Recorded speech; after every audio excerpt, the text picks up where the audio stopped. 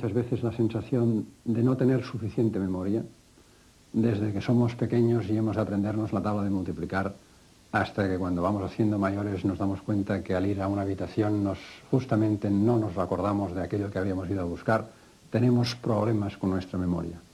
El arte de recordar y la necesidad de olvidar son elementos básicos de nuestro caudal de conocimientos y de saberes. A menudo hemos oído hablar de la necesidad que nos dicen que los recuerdos no ocupan lugar, aquello que decían nuestros refranes de que el saber no ocupa lugar. Veremos en este vídeo cómo el saber ocupa lugar y que es necesario olvidar algunas cosas para poder aprender otras.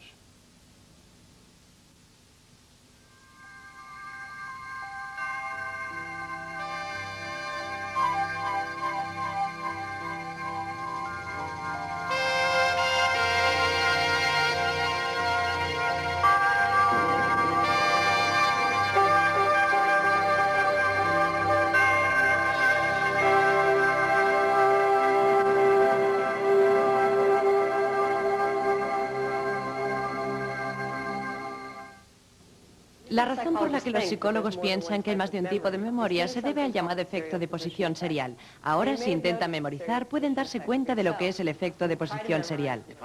Si quiero sacar provecho de lo que aprenda hoy aquí, voy a tener que recordarlo. La información, las imágenes, los sonidos y algunas veces incluso los olores y texturas, de un modo u otro, tienen que ser traducidas a códigos que mi cerebro pueda almacenar para poder recuperarlas cuando las necesite. Para sobrevivir, tengo que recordar qué cosas son peligrosas y cuáles son comestibles. Las imágenes, las ideas, el lenguaje, incluso mis acciones físicas tienen que estar representadas en mi memoria y, por tanto, recuperables para asistirme cuando sea necesario. La memoria es tan esencial que, de hecho, para muchos psicólogos y neurólogos es el camino principal para estudiar las funciones de la mente y las estructuras del cerebro.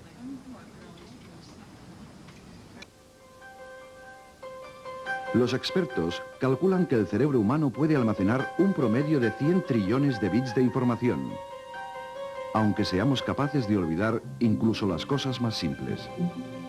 ¿Ha discutido la desviación con el director Casey? Cuando nuestro sistema de memoria nos falla, podemos olvidar o dudar de lo que hemos aprendido, de algo que sabemos o de aquello que hemos visto con nuestros propios ojos, debido a gran variedad de razones. Dígame cualquier cosa que pueda recordar.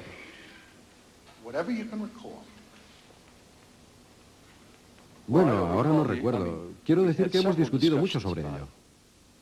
¿Está preparado? Sí. Las investigaciones sobre el olvido nos dan a entender que la memoria es un complejo proceso psicológico, un proceso dinámico influenciado por muchos factores. Colegio, agua,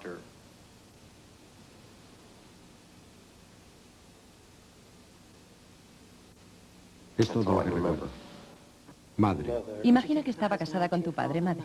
madre, Imagina que estaba casada con Claudio, madre. madre. ¿Cómo era ella? En nuestra memoria influyen el grado de concentración y el número de ensayos. Hamlet, ¿recuerdas cuándo conociste a su padre? Hamlet. ¿Ambos deseaban tener un hijo? Y también tienen que ver con el contexto en el que aprendes algo. ¿A qué llamamos sobrante, Todd? Y del contexto en que tú lo recuerdes. ¿Carrie? 5. Bien, 6 veces 5. Muy bien, cariño. Y también depende de tu motivación. Puedes estar motivado para recordar u olvidar hechos psicológicamente relevantes, que quedaron mezclados en tu memoria con tus deseos, temores y fantasías. Y por último, el estado de tu memoria puede estar marcado por tu estado físico y condición biológica.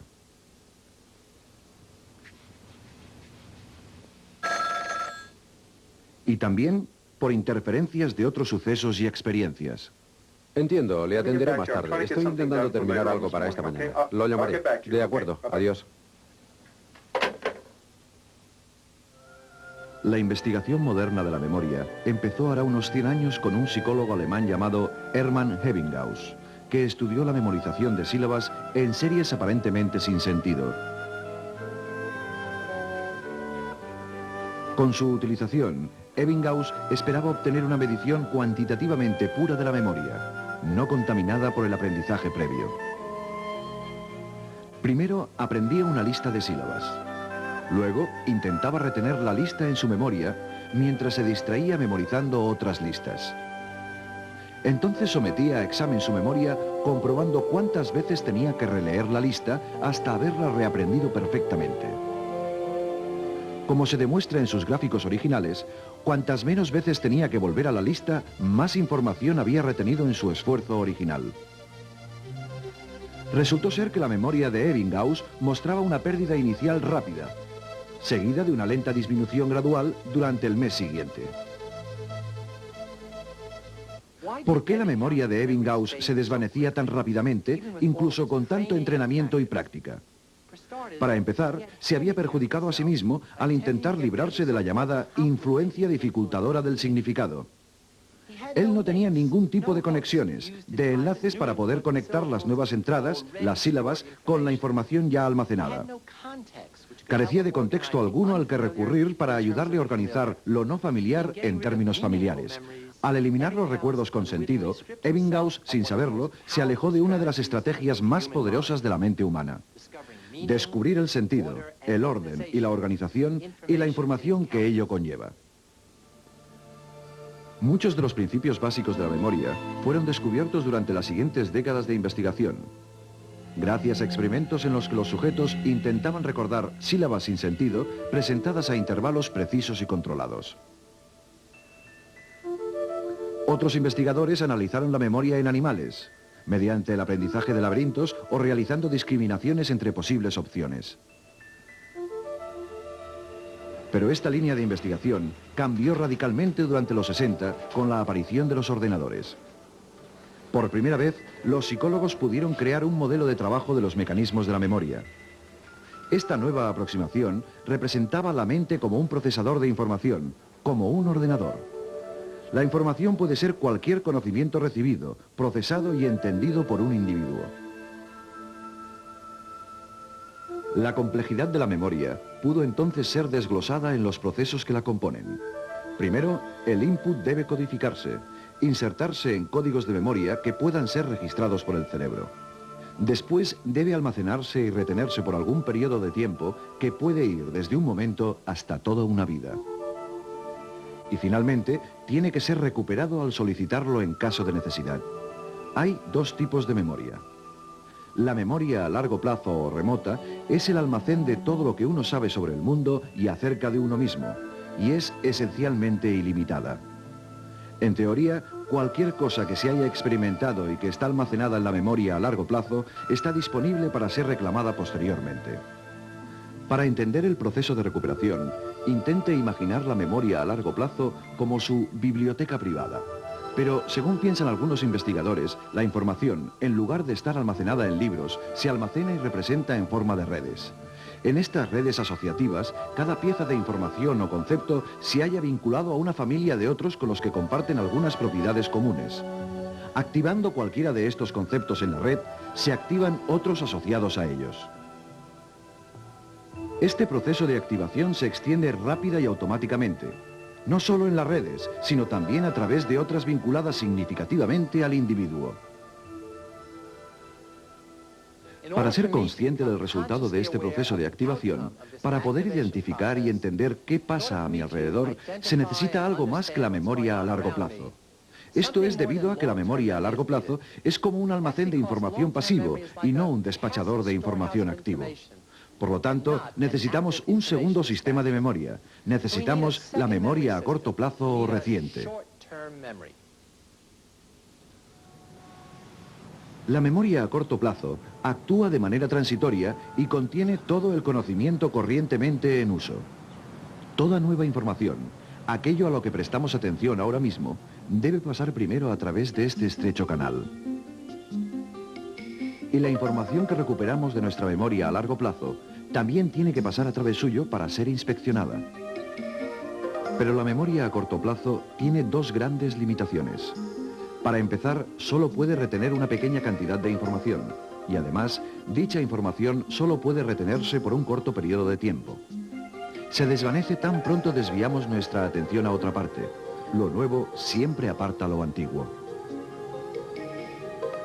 A pesar de todo, nuestra memoria activa a corto plazo es parte esencial de nuestro estado psicológico. Encadena estímulos aislados en episodios y estos en historias, como lo hacemos al conversar, trabajar, leer, jugar y abarcar el mundo. La memoria a corto plazo hace todo esto, a pesar de no poder retener nada más de medio minuto. Y solo puede almacenar entre 5 y 9 ítems con un promedio de 7.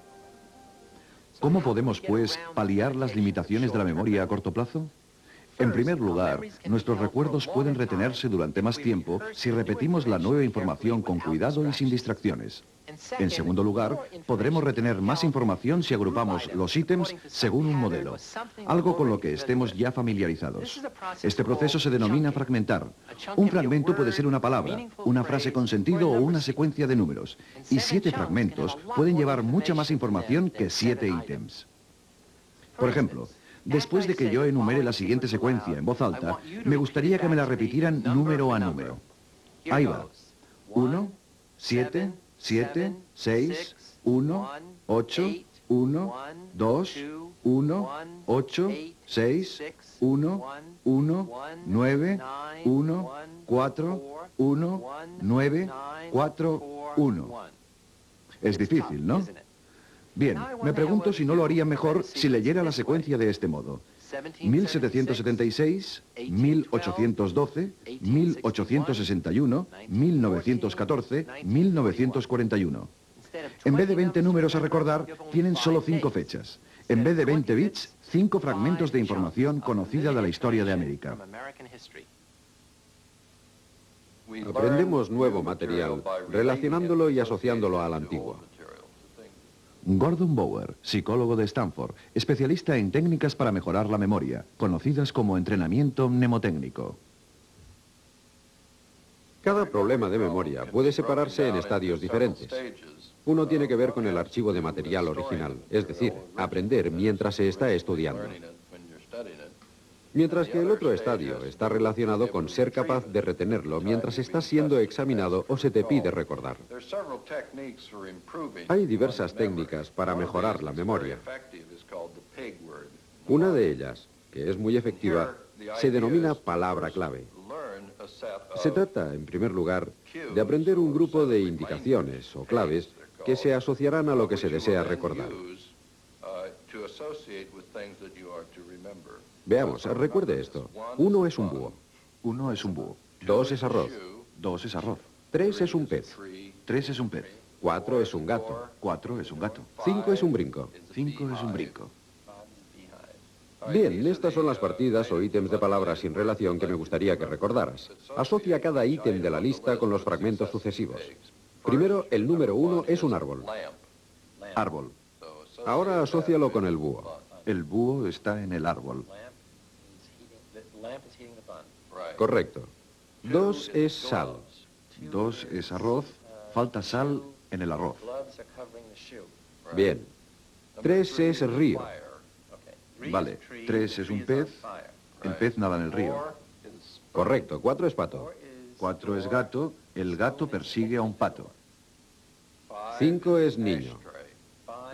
5 es brinco. El niño da un brinco. Muy bien. ¿Cuál era el tercer ítem de la lista? Río. El pez nada en el río. Me gustaría que repitieras toda la lista de ítems al revés. De acuerdo. 5, brinco, niño. Correcto.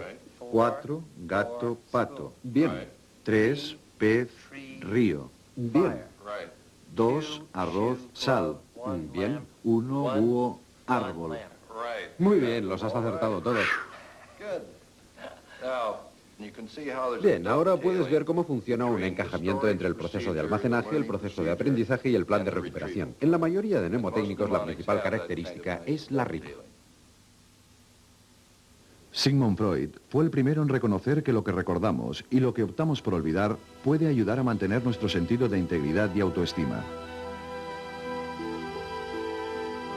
Freud describió el proceso de represión en el que el ego se defiende contra la información y los pensamientos inaceptables, sacándolos de la conciencia y reprimiéndolos y almacenándolos en el mundo del inconsciente. Pero alguno de ellos, dice Freud, intentará liberarse y asomarán disfrazados en sueños, en lapsus verbales y en síntomas de malestar mental. Algunos recuerdos tienen más sentido para nosotros por lo que se denomina el proceso constructivo del recuerdo. Para conseguir que información nueva encaje mejor entre lo que ya sabemos y creemos, acentuamos algunos detalles, eliminamos algunos y reinterpretamos otros. De esta forma, construimos temas consistentes e historias coherentes, incluso a partir de información inconsistente y ambigua. Estos dos procesos constituyen un principio central de la memoria. Cómo y qué recordamos está determinado por cómo somos y qué sabemos a priori. Cada día veo una cantidad enorme de gente y recibo muchísima información. Pero, ¿cuánto de ello recordaré? Como hemos visto, la respuesta dependerá no solo de cuánto me concentro y de las distracciones que se presentan, sino también de quién soy y de lo que ya sé. Pero, ¿cómo se traducen todos estos factores en el funcionamiento actual de mi memoria? La respuesta tiene que ver con algo llamado esquema. Los esquemas son los marcos de nuestras ideas básicas y preconcepciones sobre la gente, los objetos y las situaciones. Toda la nueva información que aprendemos se organiza relacionándose con esquemas existentes. Y muchas de nuestras construcciones de la memoria surgen al tratar de encajar nueva información en antiguos esquemas. ¿Cuántas cosas de las que hay en esta oficina sería capaz de recordar? En un experimento para demostrar el poder de los esquemas, algunos sujetos pasaron algunos minutos en esta habitación. Más tarde se les interrogó sobre su contenido. Lo que los sujetos recordaron estaba fuertemente influenciado por su esquema mental de lo que hay en una oficina típica. Ellos recordaron correctamente objetos que correspondían a los de su esquema de oficina. Recordaron peor los objetos que no formaban parte de su esquema. Y recordaron erróneamente objetos que suelen estar en una oficina, pero que no estaban en esta en concreto. Los esquemas también influyen en nuestra percepción y comprensión del mundo. Un artista de San Francisco, Franco Magnani, pintó de memoria un cuadro del pueblo italiano en el que había nacido. No había visto su pueblo desde hacía 30 años. Comparemos ahora otra de sus obras con estas fotos recientes del pueblo, tal como realmente es, un lugar que ha cambiado sustancialmente.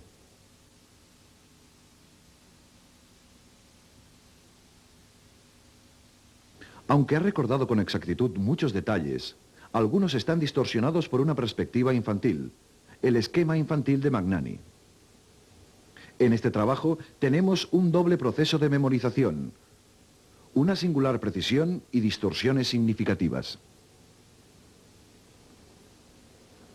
La continua investigación sobre la memoria está llevando a los psicólogos a muchos descubrimientos sobre su naturaleza. Pero más allá de las teorías sobre cómo trabaja la memoria o no trabaja, está la realidad física del proceso. Cuando se recuerda algo, se produce un cambio físico en el cerebro.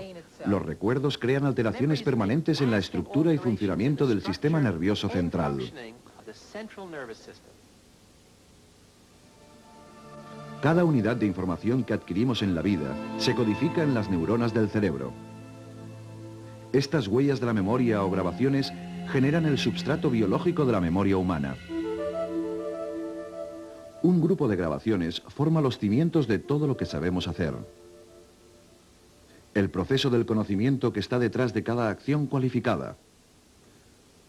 Otro grupo engloba todo lo que sabemos, todo lo que definimos como conocimiento semántico del mundo de los conceptos, las ideas y las cosas.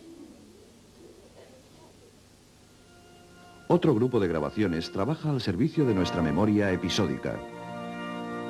Nuestras experiencias personales diarias, cada una ligada a un tiempo y a un espacio donde y cuando ocurrieron.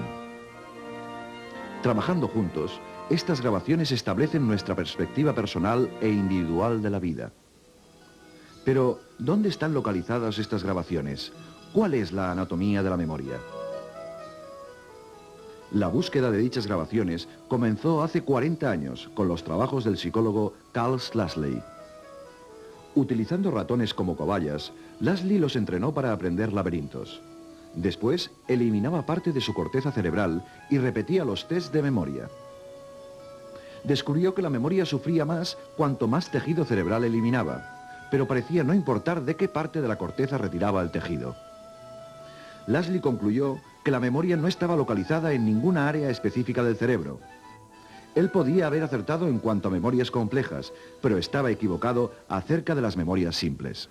Otros continuaron la búsqueda de las escurridizas grabaciones de memoria, entre ellos Richard Thompson, de la Universidad de California del Sur. Utilizando conejos, Thompson consiguió encontrar una de las grabaciones de memoria marcando la parte del cerebro involucrada en el condicionamiento y en el recuerdo. El primer éxito de la investigación ha consistido en localizar el lugar de almacenamiento de los recuerdos en el cerebro. Seleccionamos una fórmula muy sencilla de aprendizaje, un condicionamiento clásico desarrollado por primera vez en Rusia por Pavlov como modelo para estudiar dónde se almacena la memoria. Marcamos el cerebro, grabando la actividad eléctrica de las células nerviosas, buscando los lugares del cerebro en los que las neuronas generan potenciales que estén relacionados con la conducta aprendida actual. Aquí vemos un experimento de condicionamiento de parpadeo usando conejos como cobayas. Le presentamos un estímulo relativamente suave, como un tono o una luz. A continuación le soplamos aire en el ojo. Y esto, desde luego, provoca el reflejo de guiñar el ojo. Tenemos un mecanismo que registra la respuesta de parpadeo y un pequeño tubo que conduce el soplo de aire hacia el ojo. Después de algunos aparejamientos de estos dos estímulos juntos, el animal desarrolla una respuesta condicionada, una respuesta aprendida, un recuerdo, podríamos decir, de forma que parpadea con el tono antes de que le llegue el soplo de aire. Después de entrenar al animal, provocamos una pequeña lesión en la región que creemos contiene las huellas de la memoria, y esa pequeña lesión eliminará permanentemente el recuerdo de esta respuesta condicionada.